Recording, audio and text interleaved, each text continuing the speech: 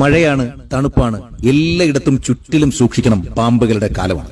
കാര്യം പാമ്പുകളുടെ പ്രജനന സമയമാണ്. നമ്മുടെ കേരളത്തിൽ ഇപ്പോൾ നമ്മുടെ ഷൂസിന്റെ ഉള്ളില്, വാഹനങ്ങളില്, നമ്മുടെ വീടിന്റെ പറമ്പില്, ചുറ്റുപാടും, വീടിനുള്ളിൽ പോലും സൂക്ഷിക്കുക എന്നതാണ് നിലവിലുള്ള ഒരു അവസ്ഥ. സാക്ഷാൽ മൂർഖൻ മുതൽ അങ്ങോട്ടേക്ക് ഒരുപാടെണ്ണം, വെള്ളിക്കട്ടൻ, രാജവെമ്പാല, അണലി തുടങ്ങി ഒരുപാട് പേരുടെ പ്രജനന കാലമാണ്. മെയ് അവസാനം ജൂൺ ആദ്യ വാരത്തിലുമായിട്ട് പ്രസവിച്ച് മുട്ട വിരിഞ്ഞൊക്കെ കുഞ്ഞുങ്ങൾ പുറത്തിറങ്ങും. കാട്ടിലെ രാജവെമ്പാല വിരിഞ്ഞിറങ്ങുന്നത് ഇതേ സമയത്ത് തന്നെയാണ്. മുട്ട വിരിഞ്ഞ് 28 മുതൽ 40 വരെ മൂർഖ കുഞ്ഞുങ്ങളും ഒറ്റ പ്രസവത്തിൽ 45 മുതൽ 60 വരെയെങ്കിലും അണലി കുഞ്ഞുങ്ങളും പുറത്തിറങ്ങാറുണ്ട്. 8-12 ദിവസത്തിനകത്ത് ഈ കുഞ്ഞുങ്ങൾ ഉറയൂരും കേട്ടോ. പിന്നീട് പല ഭാഗത്തേക്കും സഞ്ചരിക്കലാണ് പതിവ്.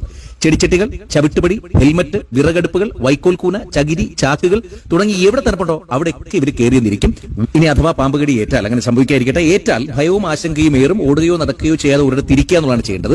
മറ്റൊരാളുടെ സഹായം എത്രയും പെട്ടെന്ന് തേടണം. മുറിവിന് ചുറ്റും അടയാളപ്പെടുത്തണം. കുടിക്കാൻ വെള്ളം മാത്രമേ കൊടുക്കാൻ പാടുള്ളൂ. കാലിന് താഴെ കടിയേറ്റാൽ കാൽമുട്ടിന് മേലെയും, കൈക്ക് കടിയേറ്റാൽ കൈമുട്ടിന് മേലെയും തുണി, ബാൻഡേഡ് എന്നിവ കൊണ്ട് രക്തയോട്ടം തടയാത്ത രീതിയിൽ കെട്ടണം. റബ്ബർ ബാൻഡ് കയറൊന്നും ഉപയോഗിക്കാൻ പാടില്ല. കടിയേറ്റയാളെ നടക്കാനോ കിടക്കാനോ ശരീരം ഇളകാനോ അനുവദിക്കരുത്.